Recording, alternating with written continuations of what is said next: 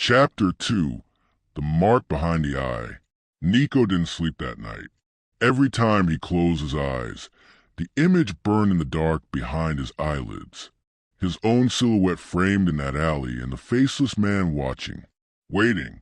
By morning, he had convinced himself to go to the police. But what could he say?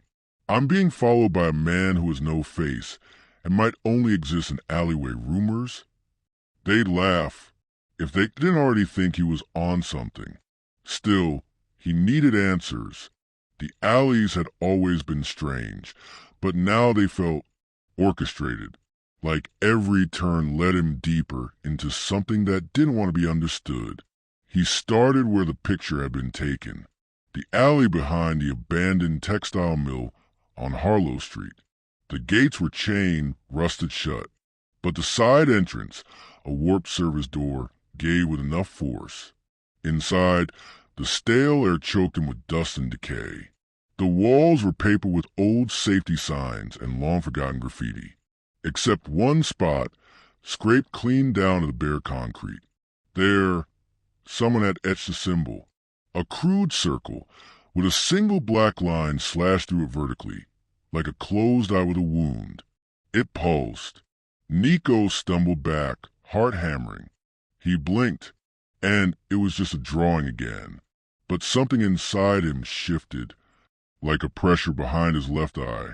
A dull throb that hadn't been there before. He touched his temple. For a moment, he saw nothing but white. Then whispers. Low, layered voices curling through his mind. He couldn't make out the words, but the tone was pleading, urgent, terrified. Suddenly, someone grabbed him from behind. "Are you trying to get yourself taken?" hissed a voice in his ear.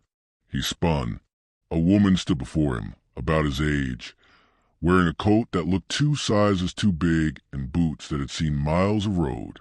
Her eyes were sharp, feral, trained to spot danger. "I've seen that mark before," she said, nodding to the wall. "You shouldn't be able to see it unless he's already touched you." "Who are you?" Nico asked, voice dry. "Someone who ran once," she said, "and paid the price." She pulled her collar down to reveal her neck. Below her ear was a faint line of smooth skin, perfectly round, like a fingerprint or a mouth, pressed shut. "You're marked now, too," she said. "And if you don't want to disappear like the others, you'd better start listening to the alley."